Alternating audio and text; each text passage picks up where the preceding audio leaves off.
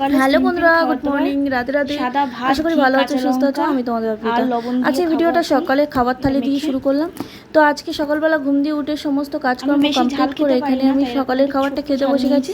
আজকে কিন্তু ঘি, লবণ আর কাঁচা লঙ্কা দিয়েই খাচ্ছিলাম, কারণ অন্য কিছু খেতে ভালো লাগছিল না। তারপরে কিছুক্ষণ দোকানে এসে বসে দোকানটাও বন্ধ করে চলে যাচ্ছিলাম স্টেশনের উদ্দেশ্যে, কারণ আমার কিছু ফেরানোর ছিল। কিছু ড্রেস আনা হয়েছিল যেগুলো আমার ছোটো হয়ে গেছিলো, তাই ফেরত দিয়ে আবার ঠিকঠাক সাইজের জামা প্যান্টগুলো নিয়ে আসার চেষ্টা করব। তো তার জন্য যাচ্ছিলাম, কিন্তু আজকের যে আমার হাফ পথে গিয়ে এত বিপদে পড়বো বুঝতেই পারিনি। আজকে মেঘলা মেঘলা কতটা আকাশ দেখতেই পাচ্ছ। আর এখানে আমাদের দুর্গা ঠাকুরের প্যান্ডেলটা খুলে কালী ঠাকুরের প্যান্ডেলটা বানানো হবে, তার জন্য দুর্গা ঠাকুরের প্যান্ডেলগুলো খোলা হচ্ছে। আর এখানে আমি ভ্যানে বসে বসে একটু পা দুলাচ্ছিলাম বসে বসে। তারপরে আমার মুখটা এতটা শুকিয়ে যাচ্ছিলো কি বলবো, কারণ প্রচুর খিদেও পেয়েছিল, দোকানে যেতে ইচ্ছা করছিল, কারণ দোকানে বসলে কিছু খেতে পারতাম। কিন্তু স্টেশনে যাওয়ার পরে যে এত বৃষ্টি শুরু হয়ে গেল, জিনিস তো ফেরাতে পারলাম না, আরও উল্টে আমি ভিজে চান হয়ে গেলাম। আর আমার সাথে গেছিলো সে আমার পাশের বাড়ি একটা দিদি, সেও পুরো ভিজে কাক ভেজা হয়ে গেছে। তারপর আমরা বাধ্য করে একটা ছাতা কিনে নিয়ে ওখান দিয়ে একটা ছায়া জায়গায় গিয়ে দাঁড়াই, যেখানে আমরা একটু কম ভিজি। আর এখানেই দেখতে পাচ্ছ আমি প্রায় ভিজে গেছি অনেকটাই, পিঠ তো পুরো ভিজে গেছে।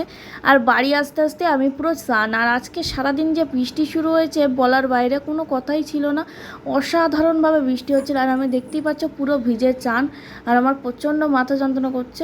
তাও আমি 2-3টা রিলস বানিয়ে নিয়ে এই অবস্থায় বানানোর পরে কিন্তু আমার পুরো হাঁচু শুরু হয়ে গেছিলো, জ্বরও চলে এসেছিলো।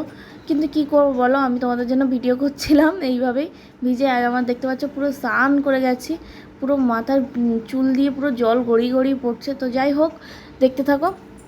তারপর আমি স্নান করে নিয়েছি, আর আমার মাথা যন্ত্রণা শুরু হয়ে গেছে। একটু চা খেয়ে নেবো, কারণ প্রচণ্ড মাথা ধরেছে, আর পারছি না। আর আজকে আর ভালো লাগছে না কিছু। ভাবছিলাম যে দোকানে যাব না, কিন্তু বাধ্য হয়ে পড়ে দোকানে যেতেই হবে আমাকে। তো আমি এখানে ঘর লক করে চলে যাচ্ছিলাম দোকানের উদ্দেশ্যে, কারণ দোকানে না গেলে হবেই না। কারণ মানে দোকানে কিছু মাল দেওয়ার আছে একজনকে, মানে একজনের অর্ডার ছিল, সেই মালটা দেওয়ার আছে, তার জন্য বাধ্য হয়ে পড়ে আবারও দোকানে চলে যাচ্ছি।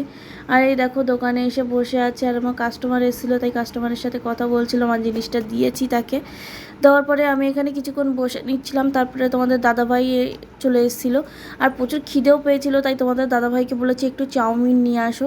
তাই ও চাউমিন নিয়ে এলে সেটা খেয়ে তারপরে বাড়ি গিয়ে রান্নাবান্না কমপ্লিট করব।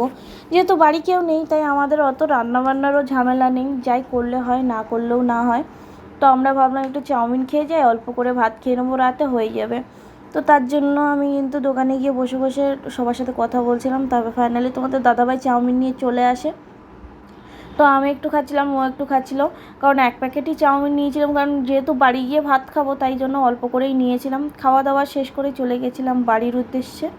তো দেখতেই পাচ্ছ ও কাজ দিয়ে এসছে, কাজের জামা প্যান্ট খুললিও নি, আগে খেয়ে নিচ্ছি, কারণ আমরা দোকানে বসেই খাবারটা খেয়ে নিচ্ছিলাম, কারণ বাড়ি নিয়ে যাবো না তাই।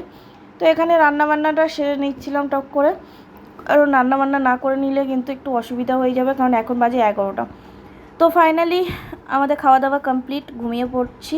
তো আজকে ভিডিওটা এখানেই এন্ড করছি। ভালো থেকো, সুস্থ থেকো, নিজেদের খেয়াল রেখো, টাটা, বাই বাই।